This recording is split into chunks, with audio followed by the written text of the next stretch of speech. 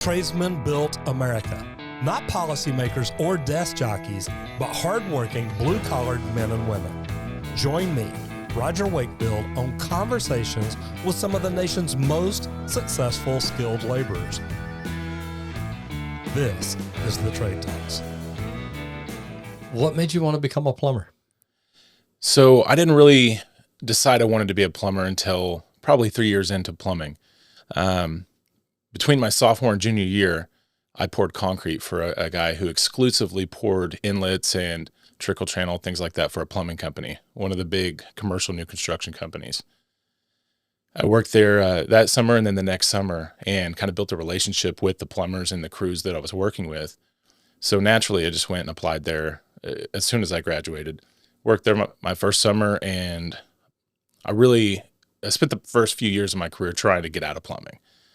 Before I really realized that that was the best trade for me, the best job that I could get. I really had gotten myself into a point where financially it just became beneficial to me. So what was it about plumbing that made you want to get out of it? I just always felt like when I started plumbing, I thought that it was a starter job. I thought it was kind of a dead end road. I never saw a future in it. It's hard to see a future when you're in the bottom of a ditch, I spent a lot of time carrying materials, and just, I never could envision myself being in a higher up position within a plumbing company. And it just seemed like there was no light at the end of the tunnel there for a while. So is that the only plumbing company you ever worked for? No. So I worked there for about 3 years.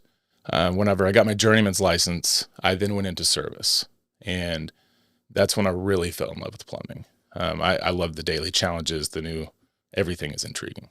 So you got your plumbing license in about 3 years? Yeah. Okay. And is that what it takes in Oklahoma? Yes. 3 years? Yeah.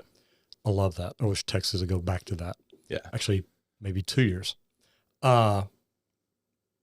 When you got your license, did you feel like you knew enough about plumbing to get out and run a truck and do things like that? For a short time, I did. When I got my blue card, I thought I knew everything. We all do. Yeah. That's why I went into service, and I thought, there's no roadblocks that are going to stop me. 3 or 4 calls in, I realized this is a different animal. It is. And that's really when I began doing education. I started educating myself on products, on, other methods. I like to explore alternative methods for doing things, especially in service. It's really, opportunistic. Good for you, because and literally I just shot a podcast a while ago or shot my live stream a while ago. And I was talking about the fact that most tradespeople don't learn. Once we get our professional license, I hate to say it, I got my license in about 83 and probably didn't learn anything till I got in the union in 97. Really?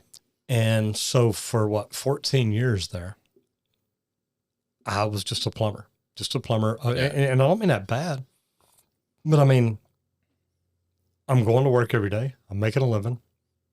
I'm putting things in. I'm growing. I'm making more money. And I think that's the bad rut that every licensed plumber, electrician, and HVAC tech fall into. Right. We get out, we get our license. It's like, look, I know everything. Yeah. And we start plumbing. We're making good money. We normally get a raise when we get a license. I remember the company that I was working for, I went to them and said, hey, I'd like a raise. They said, well, why? I said, I'm a licensed plumber now. And they said, so what can you do different today than you can do that you couldn't do yesterday? I said, well, I didn't leave and go get another job because now I'm a licensed plumber. Right. And they didn't like that answer, but that's exactly what I did. But yeah, they wanted to keep paying me the same thing they were. They're like, well, just because you get a license doesn't mean you get a raise. Okay, see ya. Right. And they're like, wait a minute. It's like, you had your opportunity. I'll find more money. Yeah. And more money's always out there. But what I learned later is once you get that professional license, the best way to grow, the best way to get more money is to learn. And Absolutely. A lot of people don't want to do that. So I love the fact that you're like, look, I decided to educate myself. Right. What all were you learning? What different things was it you were like, look, this is what I need to learn to grow, to get better? Well, the first thing that I learned was from the older plumbers, and they broke it down so simply. If you want to make more money, you have to make the company more money. Mhm. So the first thing I learned is sales. I learned how to get into more doors. And then once I would open up a door and sell something that I didn't know how to do, it was easy to get the help with the more experienced plumbers, and they would teach me everything I needed to know. And whenever you're getting into a commission scenario, you're going to get the best plumbers to come help you. So let's go back through your apprenticeship, and your apprenticeship was mainly with this one company. Yeah. Okay. And they mainly just worked with other plumbing, or no, I guess they were the plumbing company now. Okay. So what all was their main goal? What did they build? What did they do? They did commercial new construction. So they would do big jobs. They did a Boeing building. They would do big projects out at Tinker, high-rise buildings. And they also have a huge utilities department. So they would come into the utilities, have the plumbing crew come in, and you'd be there to finish out the entire project. Pretty cool stuff. Yeah. Are you glad that you learned new construction first? Yes. I'm very glad because it really allowed me to see on a deeper level what I was dealing with, especially when I went from commercial new construction to residential. It allowed me to kind of see what was under the house. Seal caulks was something that kind of threw me for a loop. And water heaters, you might be on a project 2 years and get to do 1 or 2 water heaters on that. And then in residential, you would get to do quite a bit of them. Mhm. So I felt like having a good foundation for what was underneath of the foundation really did help me, allowed me to analyze things and be a little bit better at diagnostics. I love that. And I'm kind of like you. I started in new construction, ended up getting into service, but I love the fact that, and I'm lucky because I've done new construction in commercial, residential, and industrial. Okay. I've done service in commercial, residential, and industrial. So I've done a little bit of all of it. I've been non-union, union, then non-union again.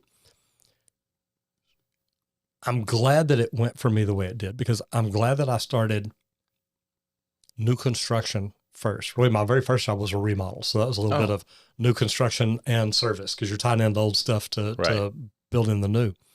So that was the very first job I did, and loved it. What was it about plumbing? You said you were about 3 years into it before you decided you really wanted to stay into plumbing. Yeah. What was it that woke you up and made you think, hey, you know what? This could be a pretty cool deal. Well, at that point, I was kind of getting to my career where I wasn't just carrying materials, wasn't just running a shovel.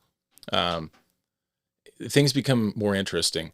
And that's also at the point where I started to make legitimate money and was growing a family. So, it was a natural progression just to see that I was making more money than my peers. And as I kept going, I started making more money than my peers who went to college, and realizing that I'd kind of got a little bit of a jump start financially for my family because of plumbing, and really became something I started to appreciate. Guys, you don't have to go to college to make good money. Matter of fact, most tradespeople make more money than the people that they went to high school with that are now going to college, especially in the beginning. Now, they may make more in the long run, or they may make more at one time, but in trades, you can make as much money as you want to make. Just saying. Absolutely. I love the way you put that.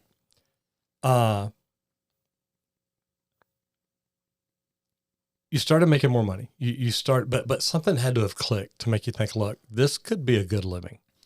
Well, I realized that there was a side of plumbing more than just like bronze. I started to use my intellect, my ability to communicate with people.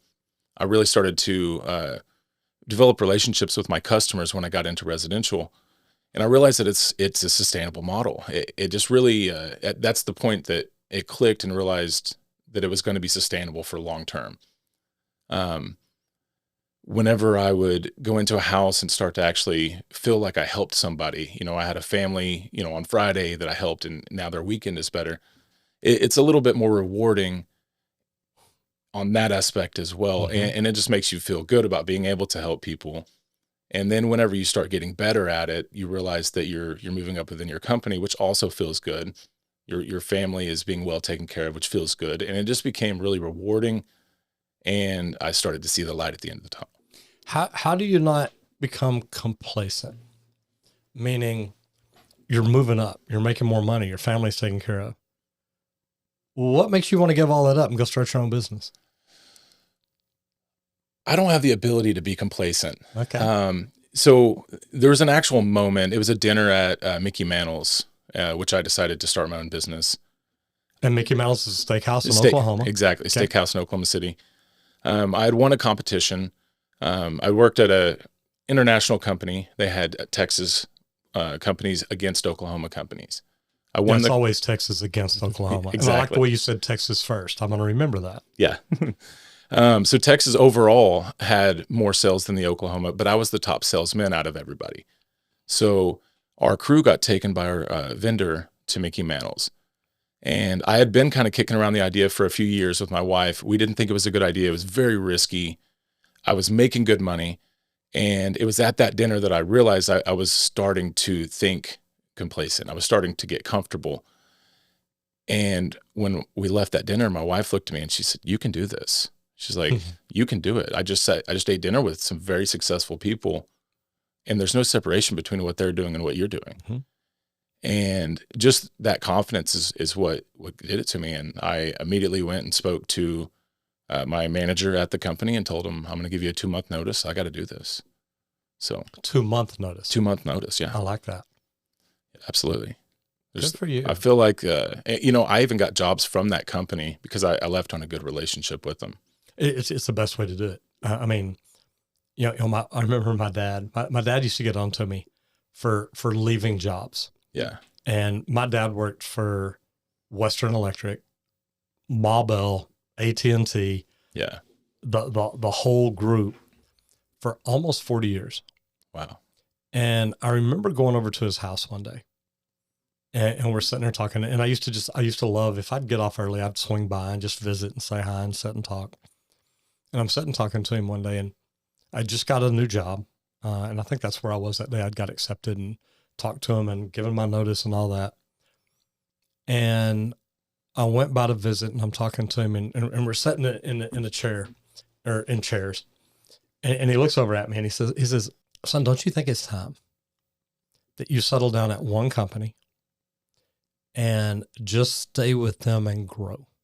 Yeah. And I thought about it, and I'm like, "Dad, I don't just leave companies. I don't just quit jobs." So over the last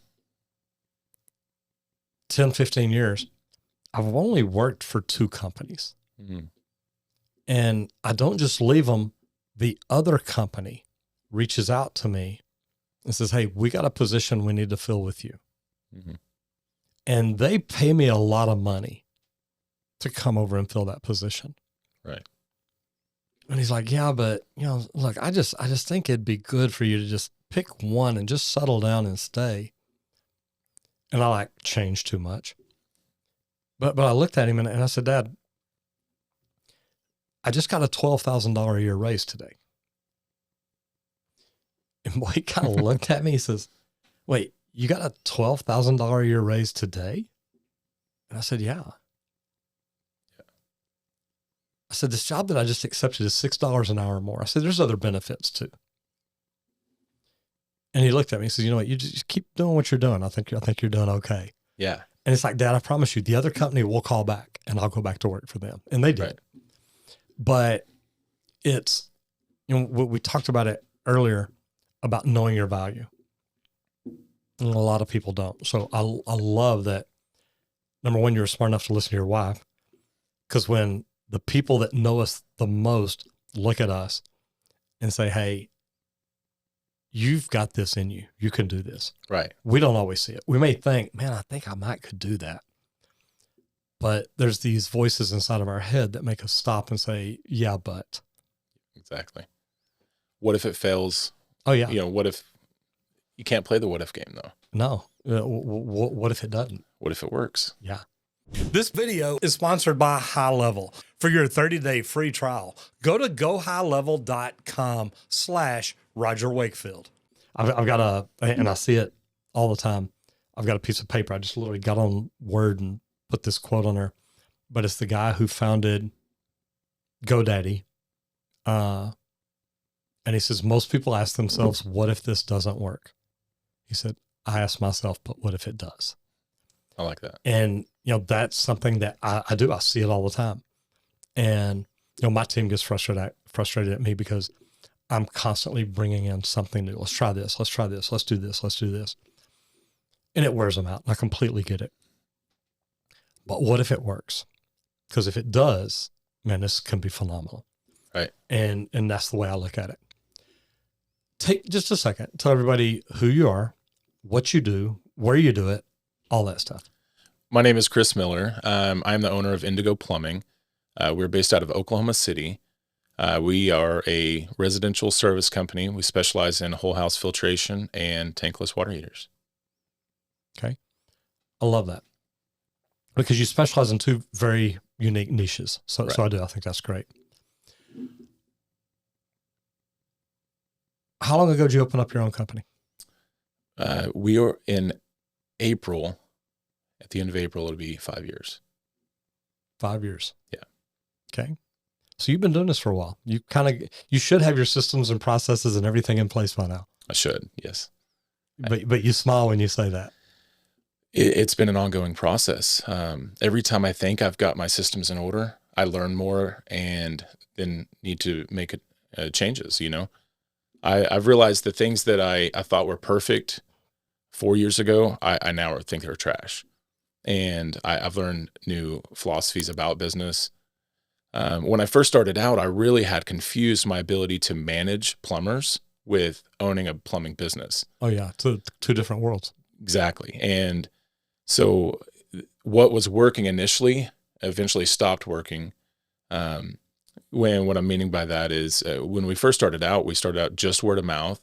Everything was almost handwritten. We didn't have a CPA, a good CPA.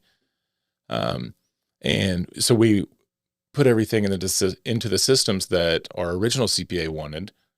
As soon as we start auditing our books and talking to other CPAs, we realized a lot of what we were doing is not really developed for a service-based business.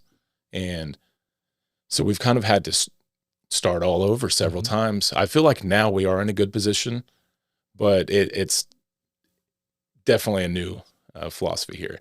And everything that we do, we try to go in cycles. And whenever we feel like we've developed everything, we start back over and start optimizing what we've already gotten done. One of my first coaches was Michael Gerber. He wrote the E-Myth book. If you hadn't read it, it's a great book to read.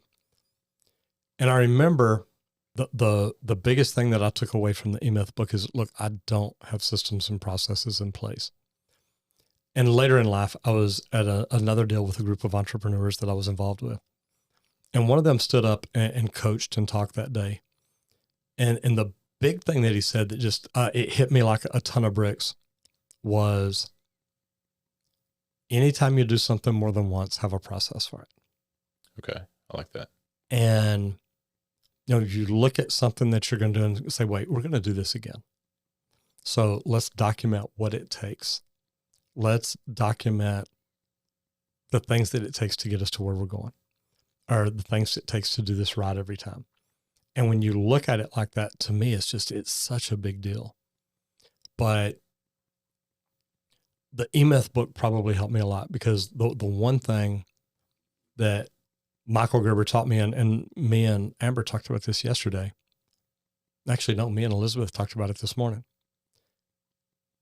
The first thing Michael Gerber told me is fire the plumber. And I looked at him, I said, Michael, I am the plumber. He says, I know. That's the problem. That's exactly what the problem is. Because what he talks about in the E-Myth is, you can't be the technician, the manager, and the entrepreneur and do all three jobs right. Right. If you're working 40 hours a week as a technician, there's no management going on, there's no entrepreneurship happening. And you may say, well, it's happening in the evenings. It's happening early in the morning. Okay. If you're being the entrepreneur for an hour and the manager for an hour, you're owning a company 5 hours a week.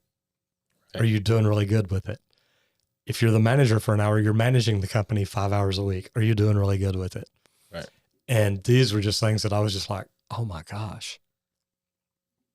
So I had to learn how to step back and let other people do different things. And it's hard to do. I know that we talked last night. You're looking for plumbers right now. Right. What kind of plumber are you looking for? I'm looking for somebody who's honest and trainable, number one. One of my bigger issues before was trying to hire a cheaper plumber, hire somebody within my budget. And I'm realizing, or I have realized, that you really have to spend good money to get a good employee. So I'm really looking for somebody who is able to sell what the customer needs and not take advantage of our customers, also while presenting our company the way that we want them to. Have you ever joined either a best practice group or hired a coach or a mentor or anything like that? So I've hired several online coaches, several mentors. None of them have really been successful. I believe that. Yeah, one of them I got into was a Zoom call. I got in there. There's literally a company from my town in there. And the first thing we wanted us to do was kind of go over our numbers and pricing. And obviously that's not going to work. Right. You know, I don't even think that's legal, but It's legal. You can talk about anything. Okay. But I have not found a good in-person coach or a one-on-one coach, which is another thing that I'm looking for right now.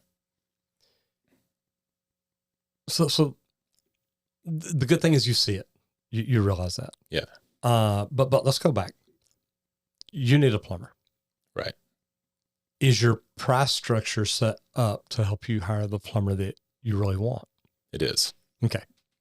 Just, I would say the last year and a half. Previous to that, no, we weren't charging near enough. Good. We were focused on gaining customers and lowering our prices to get in the door. We've completely switched our model, and Good. I'm glad. We're pricing our jobs for the customers that we want now. I like that. And even your branding, your marketing, everything you do is to bring in the right customer. Right. I remember going to do a job in Wiley. Amber told me before I left, she said, "Hey, the customer's going to be out there. He wants to meet you." It's like, okay.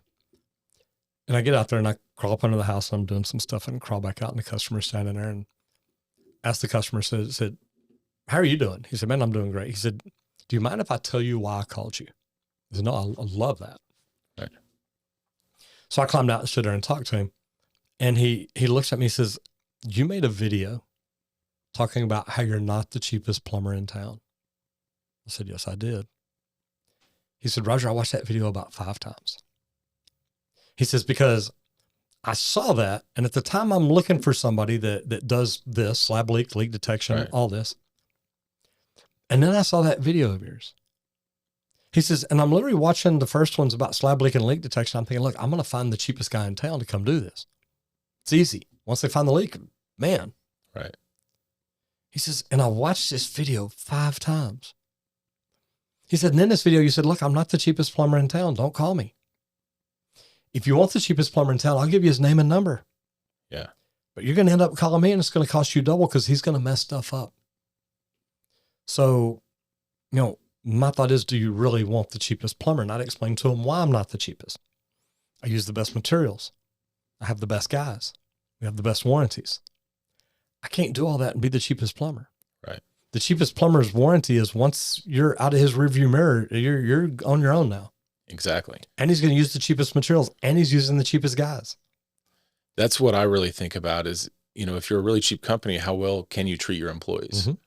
And then I don't know that I'd feel as good hiring people to come out after hours if they're not being treated well. You bet. So well, the neat thing about it is he eventually looked at me. He said, "I hired you because I think you're the best." Nice. And that's what I want to be hired for. Right. So that video, which I almost didn't make, who wants to make a video saying, "Look, I'm not the cheapest plumber in town. I'm probably one of the more expensive." Most people are like, "Well, I don't want to call you." Okay, you're not my customer. Now that we know that, we can move on. Right. And it eliminates a lot of the tire kicking. "Hey, just come out and give me a price." You're not going to like my price. Right. "I like that you have a service fee." Well, we have a $79 service fee. "Well, why? I'm not going to pay that." Okay. Right. Have a great day. "Well, you're going to lose this big job over a $79 service fee. No, you're going to get a cheaper plumber in who's going to mess that big job up.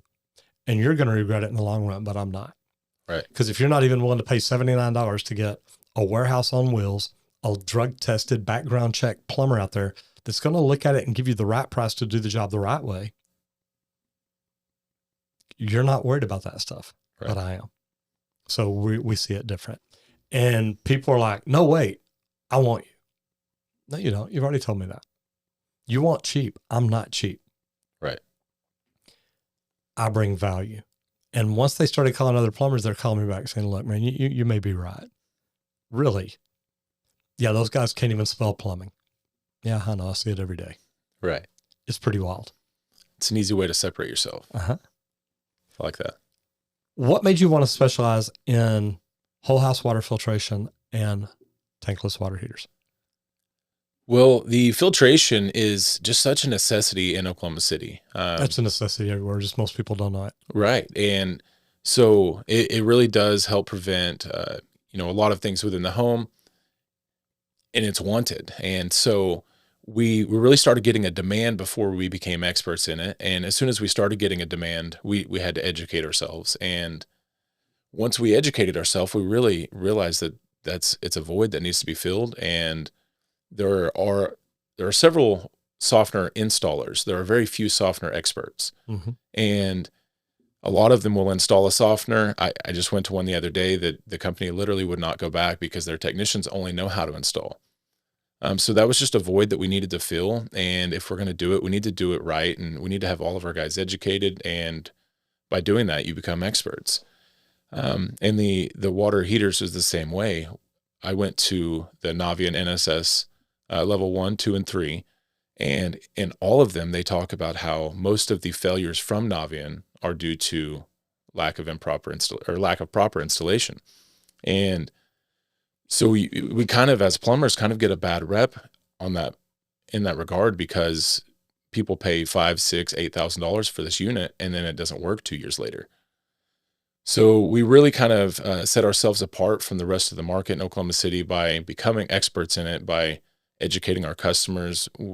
Even if they're not doing the maintenance through us, we educate them on how to properly do it. We register every maintenance, every install that we do. And it was just an easy market to fill because nobody's doing it right. Nobody's doing it right. Isn't that crazy? It's nuts. I tell people that want to get in the trades, there's a thing, and anybody can find it online. It's like 10 things that require no skill. It's like, be on time. Right. Be coachable. Have a positive attitude. Yeah. There's a list of things like that. I'm like, look, if you want to excel in this trade, get that list. Right. And look at it and read it every day and be that person. Be the person that comes in and wants to learn, and comes in and wants to grow, and comes in and wants to get better. Right. And be coachable. Have a positive attitude. And then I've got another list in there somewhere. The things that I find along the way, I save. But it's a thing called above the line. And you've got like 6 things. And there are things like that. Be positive, be coachable, friendly, shareable, whatever it is. Yeah. Then you go below the line. And it's being rude to people, not being honest, being late, different things like that. And then when you've got somebody in the office that comes in a bad attitude one day, you say, hey, you above the line today? And they know immediately they're not. Right. And it's just an easy way for them to say, wow, you know what? I need to check my attitude. A lot of people don't understand that. Get back into the mindset. You bet. Just get back into that positive mindset. Hey, look, whatever's going on at home is going on. You can't help that. Right. You woke up late, you had a flat, your battery wouldn't start your vehicle, whatever's okay. You're here now. Right. Walk in the store and say, I'm going to turn this day completely around, and do stuff like that. And a lot of people don't get it. Right. I love that little simple mindset of, look, I wanted to take an industry or a niche in an industry that nobody was doing right and say, look, I'm going to do it right. Right. It can set your business apart so fast and so much better than everybody else's. Because look, I hate to say it, any plumber out there can change a flapper. Right. 99% of the plumbers are out there are afraid to install tankless water heaters. Yes. and they'll walk up to a house and the lady will say, I want a tankless water heater. I know it's going to cost more. I'm fine with it. It's like, oh my God, but you have no idea how much more it is. It's like so expensive and it's really not worth it. And it's going to suck the life out of you and you're not going to like it. And you got to maintain it every year and you got to do this and and just look, if you want it, I'll do it. But man, that price is astronomical. Do you think they're going to say yeah to that? No, Not at all. no. But when you're like, look, man, if we do this thing right, the next one's going to be even cheaper because we're going to have to redo the vent. We're going to have to redo the water lines. We're going to have to redo a bunch of things. If you're going from a tank to a tankless, changes have to be made. But here's the deal.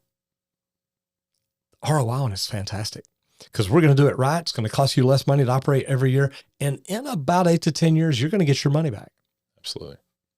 And oh, by the way, when you install that next one, we don't have to redo all this. So your install cost next time is probably half what it is this time. And then they're like, wait, really? It's like, absolutely. Yeah, absolutely. I'm going to put in the valves. I'm going to put in the unions. Literally the next one, we unplug it. We undo the unions. We pull it out. We drop the new one in and hook it up and you're done. Right. A lot of plumbers don't know how to sell it like that. Right. A lot of plumbers are afraid of the maintenance. And Maintenance is easy. It's so easy. We obviously offer to do that for the customers as well. You bet. You know, we do it for free for the first year, allow the customer to watch and record. We also offer a package for those who don't want to keep doing it. I love that. I love the fact, number one, that you offer to do it for them. You make it part of your price. I get that. Right. Yeah. No, I know this works. But it's also nice that you're like, look, if you want to record this, I'll teach you how to do it. You can buy the equipment, set it up and do it every year. Yeah, absolutely. And it's like, oh my gosh, you'd really do that? It's like, well, why wouldn't I? Yeah, why wouldn't I? It makes me look better. Absolutely. They don't get it. Yeah. If your system's working properly in 8 years, when you need something else, you're going to remember me. Is that about what it's taken them 8 years on a tankless? I've been told 10 to 15. So depending on water quality, if you install a softener or some sort of product Filtration, preserver before that, it can extend the life dramatically. But 8 to 10 years is about what we've noticed when you start getting failures on a non-maintained unit. That makes sense. And a lot of times we'll notice about the 6 to 8 year range.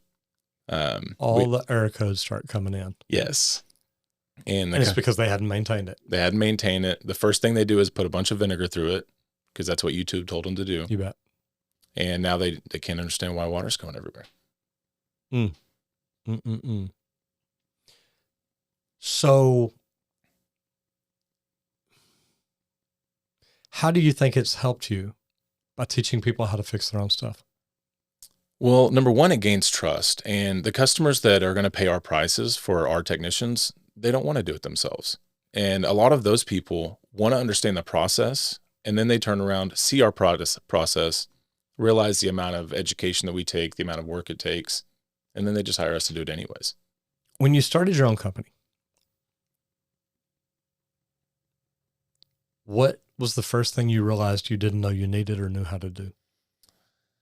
The very first thing was a CPA bookkeeper. I didn't realize the significance of that. But as far as plumbing goes, I didn't realize how to gain new customers, the right customers. I did a lot of guerrilla marketing. I went door to door. I put my cards everywhere. And that works. It does work, yeah. It does. I paid for leads off of Thumbtack and the other systems that you can get through. Did any of those do you really good? No. Okay. No, I had a very low success rate. I've had 1 or 2 customers that are still with us through those programs. Most of them were looking for the cheapest price, which at times we were. You bet. And they were looking for emergency service at a very cheap price. That's scary. That's an oxymoron. Absolutely. Yeah. So we quickly stopped spending money on that and then just kept going to referrals. You know, when we got 50 customers, we would send them mailers. We would send them coupons, refer a friend. We did everything we could do to gain new customers. Once we had gotten about 250 customers, it really did start growing pretty quickly for one person. And now I've realized it through starting out, the biggest mistake that I made early on was not immediately starting with a marketing team, starting with a good website, building the foundations of a SEO. And I love SEO. I own SEO. Yeah. I know how to spell it and make it work. It's good stuff. First of all, go check Roger's Marketing Machine. Told you about it last night. Right. Go look at it because it not only does a lot of that stuff for you, it automates it. Okay. And that's once you sit down and get everything working, and we've got a team that'll onboard you and show you how to do everything, it makes your life easier because now it's like, I don't have to worry about this. I don't have to do this. I don't have to do this. Right. The biggest thing that I wasn't doing is newsletters and keeping up with my current customers and just literally just staying in front of them. In our live stream earlier, we talked about most people, even if they love you, will not call you back in 5 years because they don't remember your name. Really? Okay. They're like, we had a company out. Oh my God, they were amazing. But I don't remember who they were. Man. And now they're looking through names. They're looking at logos. They're like, I think this was them, but I don't know because we don't communicate. That's scary. A CRM is one of the most important things you can ever have. Customer relationship management, emails, text, just different things like that. That's what we help put together in Roger's Marketing Machine. So it's a pretty cool deal. Okay. So you brought on a CPA. Yes. Bookkeeper. Yes. With combination of the both, whatever. Yeah. How did you realize that helped you? Well, number one, just having that assurance that my taxes are being done correctly, my books are okay. But the most important thing was getting back my numbers, realizing where I was spending too much money, where I was not charging enough money, getting accurate feedback on the money side that I didn't understand previously.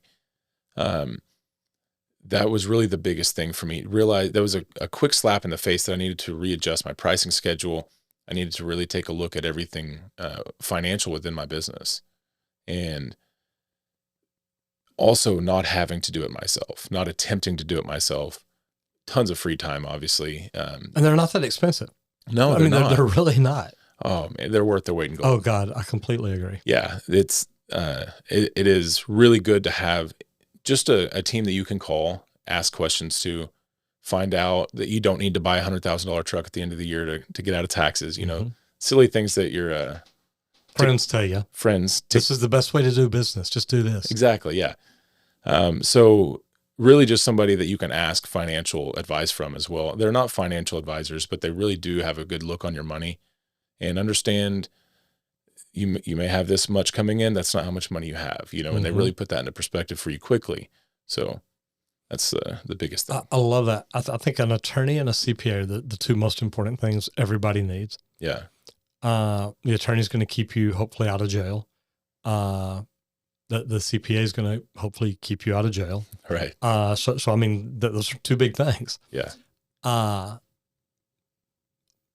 me, I didn't understand systems and processes. Accounting, of course, was horrible for me. The right way to do things each and every time a phone rings.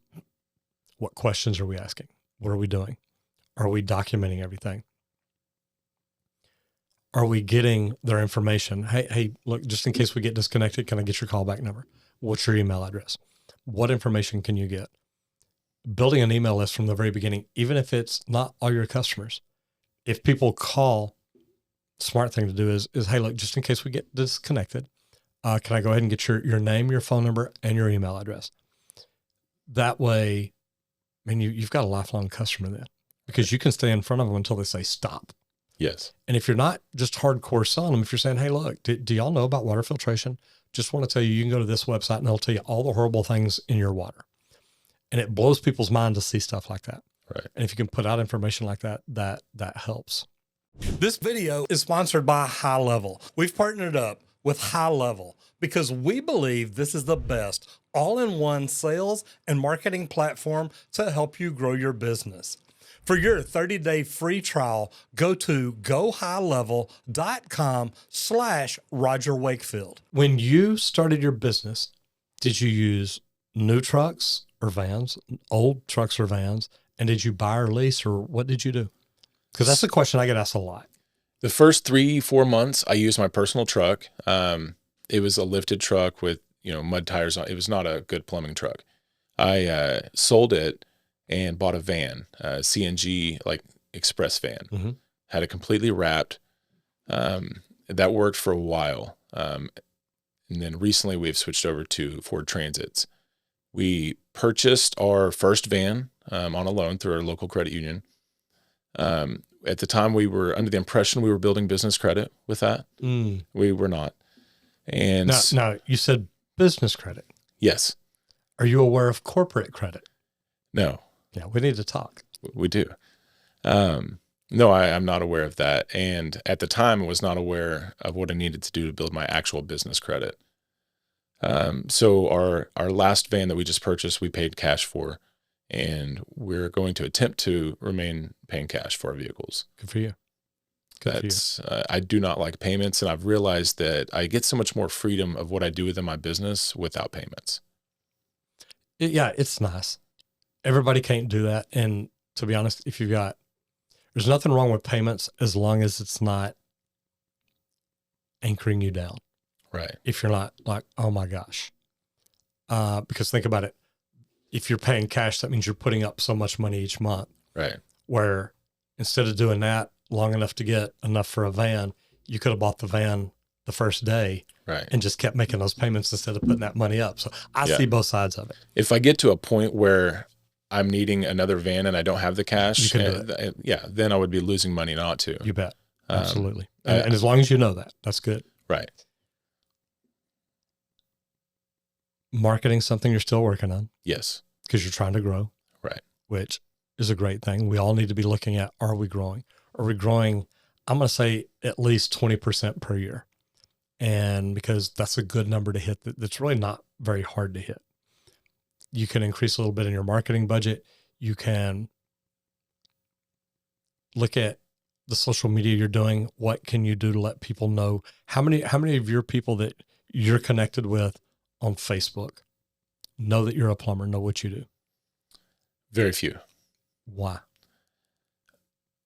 I have not put any of my personal business on my personal Facebook. And go ahead and tell me why. I don't have a good reason for it. I've never no been reason for that. I've never been big on social media until recently. And so about 6 months ago, I only had one friend on my Facebook. Okay. I've recently started acquiring. And that was your wife? It was my wife. No, I get it. The only reason I had a Facebook was to follow people like you and, follow trade groups and things like that, be in the forums. And I've just now started to utilize social media to be social. But I, up to this point, still have not put my profession on my Facebook ever. How many friends do you have now? On my personal Facebook, about 200. Okay. Literally, Squirt and I went to Indianapolis for WET just a few weeks ago. And I think it was the first morning of the event. We're walking through and this guy comes up and he says, man, I just want to shake your hand. So we stopped and talked for a minute. And he says, I listened to what you say. He said, I started making videos about what we're doing out in the field. And it's not every day, but I make videos saying, hey, look, we're out today redoing isolation valve box for a house. So, we dug it up. We took out the old stop and waste. We cut it apart. We replumbed it. Now we've got a bypass system. We've got this, whatever it is. He says, we did this thing and it looked really, really good. And I videoed it. He says, and this lady came up to my wife at church and says, hey, I saw a video by your husband. He's a plumber, right? She said, yeah. She says, I need a plumber. I said, where'd you see his video? It said on his Facebook. She says, I don't know how I saw it, but I saw it. So maybe one of her friends commented on it. Yeah. But she saw it and she's like, I need a plumber. He said, Roger, that got me work. I said, I completely understand. These are your friends. A lot of them may not even know that you're a plumber. Right. And that's crazy because most people want to call people they know, love, trust, and they're connected to. Correct. But you're not even telling them you're a plumber. I'm not. I made the mistake originally when I started my company of not even telling people that I owned it. I really did not want any give me's, Mm-hmm. and I didn't want people to just send me charity work. No, I get that. I'm not at the point now with my company where that's not what it would be. And I really want people to hire me on my merit. And I feel like now I've earned that merit with my company. So I do have that ability now to kind of intermingle and allow people to know what it is that I do, that I am the owner, and that we do a great job. You know, there's nothing wrong. And I would never use Facebook to try to push it. I see ads on there all the time, or guys on there all the time. Hey, if you want me to fix your water heater, give me a call. Right. Well, I go and check. They're not even licensed. So it's like, yeah, they don't need to call you. But there's nothing wrong with doing a good install on a tankless water heater. Squirt's favorite things are the before and after pictures. Okay. Take before pictures of the water heater the way it is. Install a tankless. Take after pictures. Show the green tag. That way they see you're legit. Yeah.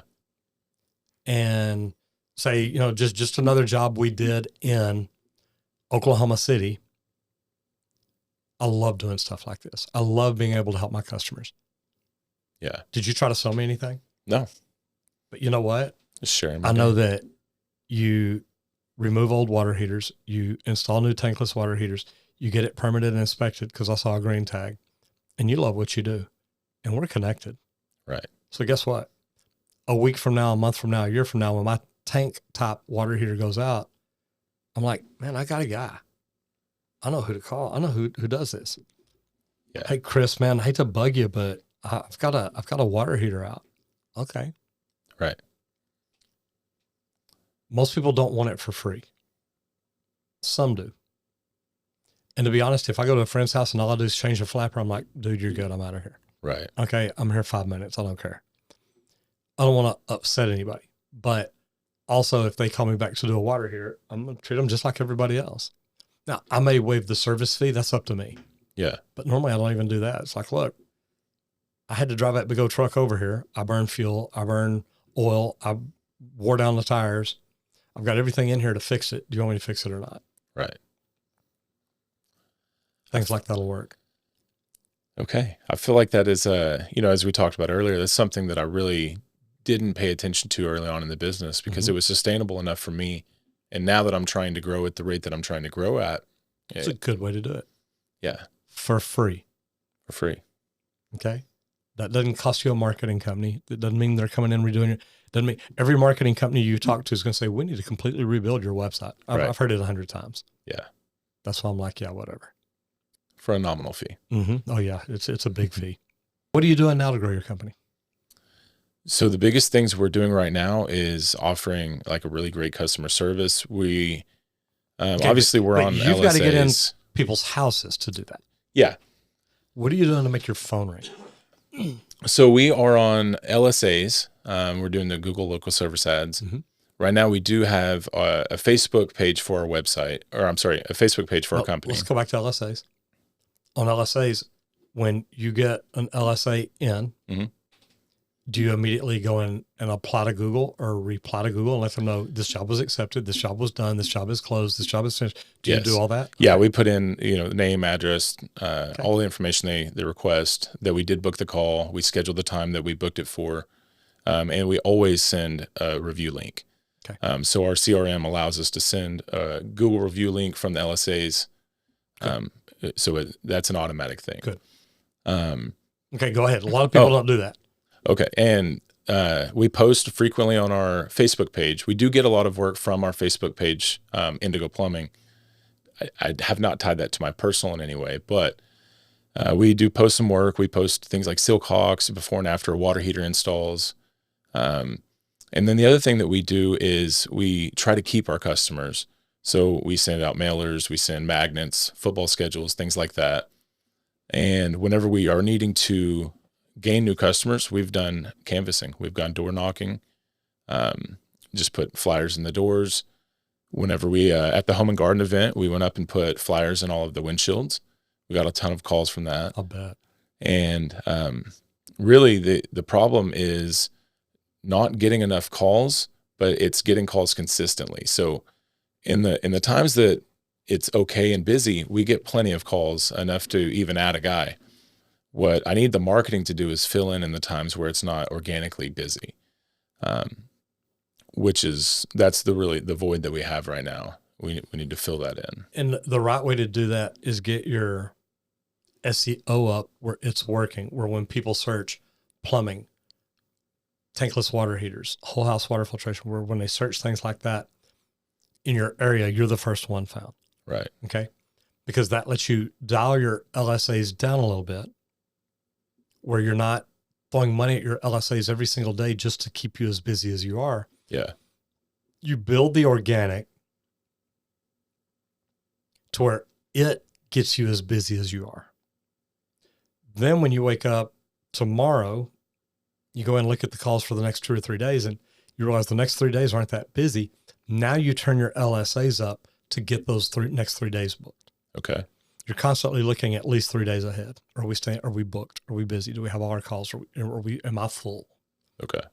Because you've got to keep yourself full in order to bring in another plumber to run those calls. Now you can start being the manager and the entrepreneur and taking on that 1 or 2 calls a day that the other plumber can't get to. Right. Okay. Makes sense? It's taking the overflow. Yeah. Yeah. You're taking the overflow. Okay. Right now, you're doing everything. Are you losing any calls right now? Because you're like, look, I can't get to everything. Yes. So see, it's time to bring that other guy in. Yeah. Okay. So again, tell everybody who you are, where you're at, and tell them what kind of plumber you're looking for. My name is Chris Miller. We're in Oklahoma City with Indigo Plumbing. We are looking for a plumber who is willing to, for one thing, learn our systems, learn all our processes, be able to give the right customer service to the customer, meaning do a home inspection at every home, let them know of, future problems you may have, and be honest with them. We need somebody who is dependable and wants to make a lot of money. I mean, that's really the biggest thing is we need a go-getter. Everybody wants a plumber that's hungry. Right. I mean, man, I want a guy that he's like, look, man, I'm the best plumber in town, but I want to work 1 million hours a week because I want to make good money. Well, let's get it where you're not working 1 million a week, right, and you're still making good money. Right. And you're like, okay, let's talk about that. Yeah, exactly. You were talking about earlier people not making what they're worth, and I feel like most people make what they're worth because if you are worth more, then you have the ability to negotiate for a higher salary. Mm-hmm. And the end game for everybody is to make as much money in as little time as possible. You bet. And we have found that our candidates that we have found are either extremely technical and have no social skills, have no ability, they don't want to talk to customers, or they're the complete opposite. And we really need a good hybrid. My thought there is I would take a good technical person. Okay. I think you can train them in customer service. You teach them a credibility statement. Look, Chris, every time you go up to the house, I need you to knock on the door. I need you to step back about 3 feet and wait for them to answer. And then you ask them, hi, Miss Miller, have you ever used Indigo Plumbing before? And if she says no, which she's going to because you've already checked, is she a previous right. customer or not? She's going to say no. Say, well, can I take just a moment and tell you about why I got into plumbing, why I came to work at Indigo, and why I stay here? And she's like, yeah, go right ahead.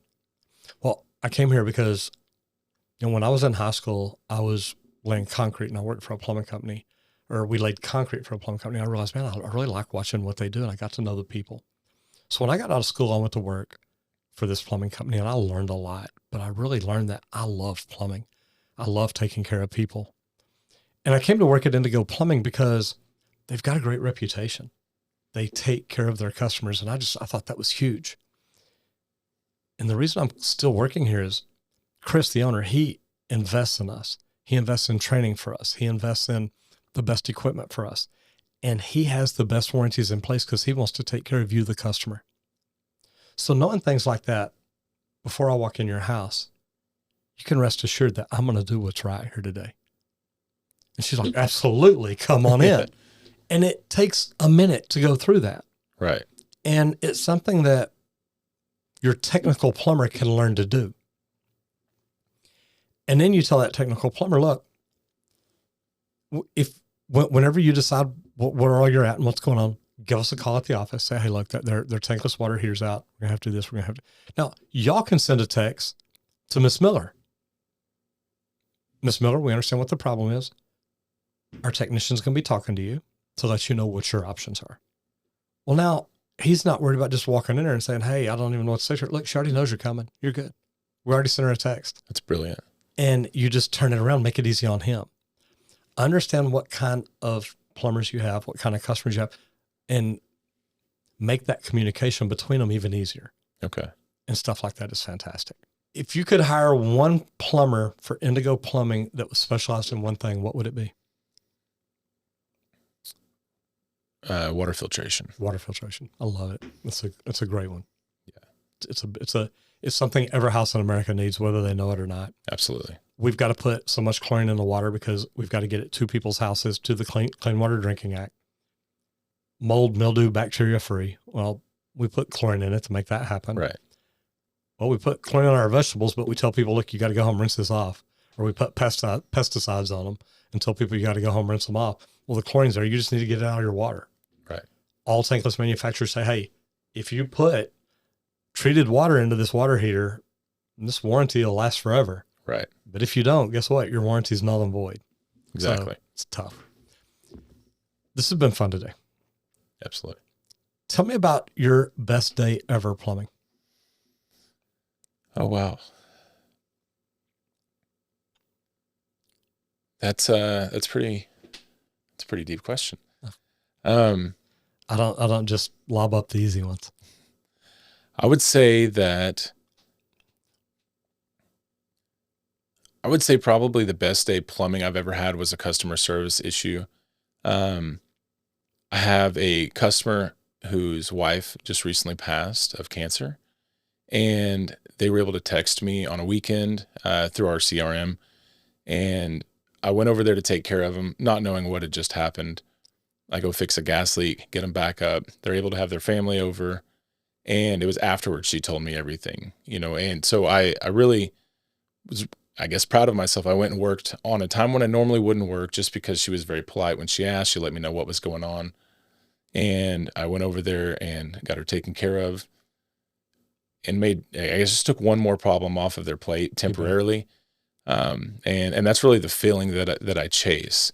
I've had a lot of financial gains through plumbing that I would say, but honestly, like the feeling of being able to take care of something that somebody else would not have been able to take care of, or just really like helping them in a situation like that. The fact that they trusted me to come over there in that situation really made me feel pretty good. It's always about the people we serve. Right. It's what makes it amazing. Yeah. Money doesn't make you feel good. You can have money Right. in the bank and say, wow, that's great. Right. But I mean, when you look at a customer and you realize, look, I just literally helped change their life. Right. It's a big deal. Yeah. Tell me about the worst day you've ever had plumbing. The worst day I've had plumbing, I broke my back. So I was working on a water tower for a local university, and Is that the Oklahoma State University? Just the Oklahoma University. Oh God, that's even worse. Oh yeah, it was pretty bad. Aside from what you're talking about. Yeah, I'm just talking about Oklahoma and Okie State. Boomer Sooner. Oh God, see, we got to delete that. So I had a new crew in the hole. I was manning the backhoe. We were just digging out an 8-inch valve, and obviously it was encased in concrete. Had a pretty new crew down there, so I went to walk on the 4-inch overflow, just to kind of check the chain rig, make sure everything was good before I lifted it out. I slipped off of that, fell 12 foot, landed flat-footed on both feet, and I fractured my L4 and L5, and so I have a 3-level fusion, the L4, L5 to S1. Wow.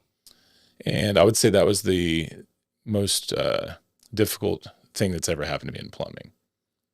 How long did that have you down? About 1.5 years. Mm. Yeah, it was not fun. Not at all. Yeah. Not at all. And it was probably a good 5 years before I feel like I got my full range of motion back, for plumbing. You bet. A lot of crawl spaces, attics, things like that. It was a good 4 or 5 years before I felt comfortable again. Man, that's tough. Yeah. But it's good that you got through it. Yeah. It really is. Where can people find you? If they wanted to get in touch with you, to go to work for you, just to talk to you, anything like that. I know you're on social media now. Yeah, we're on social media now. So my social media channel is Chris Hates Plumbing. You can find us on Chris Hates Plumbing. Chris Hates Plumbing. Chris, come on. You just sat and told everybody you love it. I know. That's the point of the. I know. I get it. So we're on TikTok, YouTube. You can find us at indigoplumbingokc.com as well. Cool deal. Yeah. Chris, I appreciate you coming down for this. It was great. Great conversation over dinner last night. Thoroughly enjoyed it. Thank you, sir.